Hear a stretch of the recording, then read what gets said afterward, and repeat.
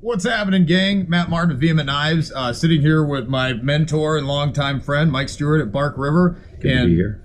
We want to bring you guys into the fold with something that we're really excited about. This is the Bark River Vehement collaboration Quartermaster knife. So, Mike, do you want to give us a little history on the model itself? The knife was developed in the 1940s, and the whole idea of it by Cattaraugus was to design a knife for the Navy Seabees.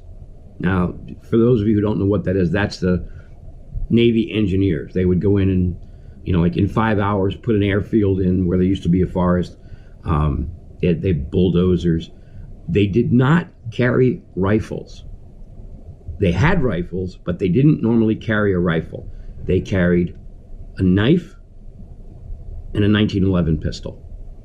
So the whole idea was to make something that was a little bit more robust than the USMC Mark II, which was designed in 1942. This was just after that.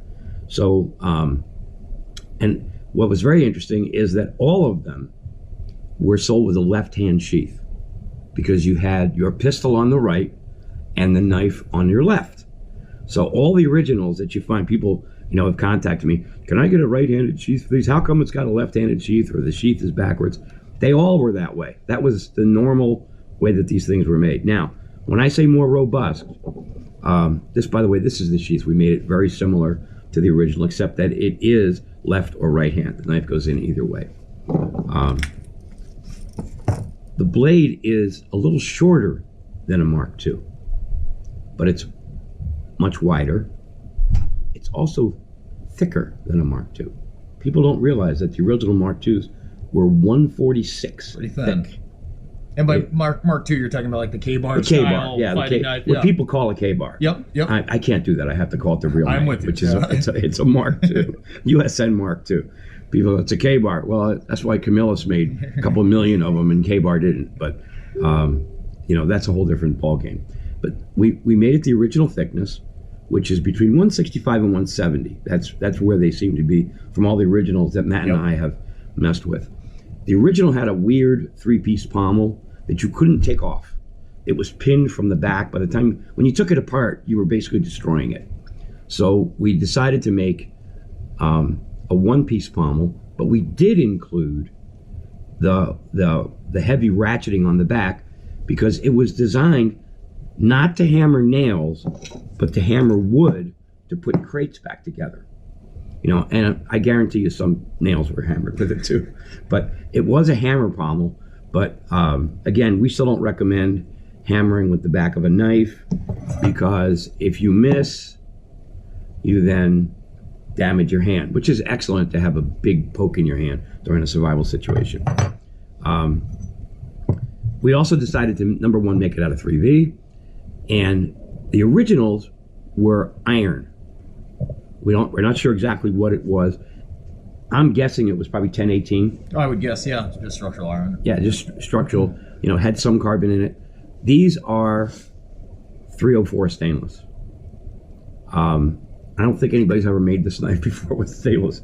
And we now know it for good reason. It's a very difficult process to machine these out of stainless, especially at the pace that knife makers use. Putting these in by machining them. And you can't use a checkering tool. Right. Stainless blows the checkering tool up. Don't ask how we know that. But we wanted to go with the original theme. Here is the 3D model, and you can see our guys got it dead nuts on. Oh yeah. The originals also didn't have the flaming bomb proof mark that all of the Mark IIs had. Right. The ordnance. Because they were bought through the ordnance department. These were bought through the Quartermaster Corps. They were issued to the Seabees, but they also were available in the PX. Hence the name, the Quartermaster knife. It wasn't something that you had a serial number or a chain of custody related to the way you would with a firearm or any other piece of specialized kit. This is something you could literally just go in and say, I need knife. Right. Give me a knife. Right. Here's what all of us like about this knife is that it wasn't designed to be a fighting knife. It was designed to be a fighting knife, a general purpose knife, a camping knife, a hunting knife, whatever you needed to do with it. That's what this was designed for. The quintessential field knife. Yeah, right? Cattaraugus really put a lot of time in the design, so that the knife was extremely useful, no matter what the guy had to use it for. And I believe this was Pacific campaign.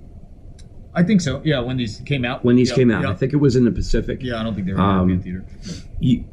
I have seen examples in the European campaign, but you can bet that somebody bought that, carried it over, or somebody shipped it to him, like somebody's mom Right. went and bought it for him and shipped it to him.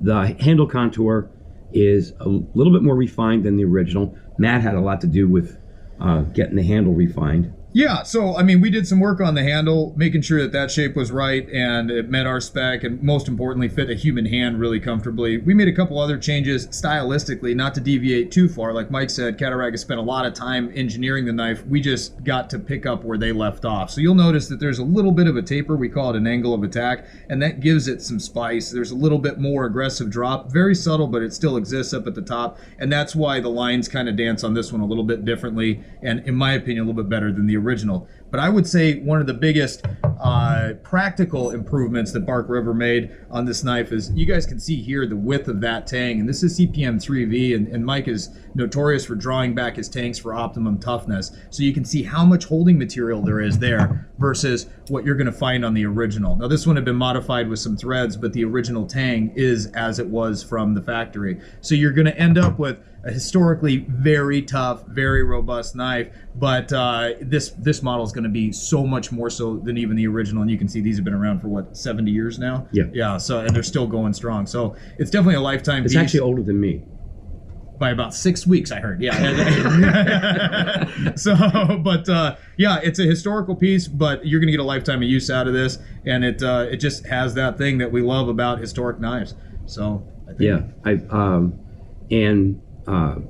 want to mention this because you didn't say it. Oh yeah. You notice it has a Bark River logo on this side, and you have Matt's Vehement logo on this side. This is a consummate co-brand. Absolutely. And we're very proud of it. Thanks.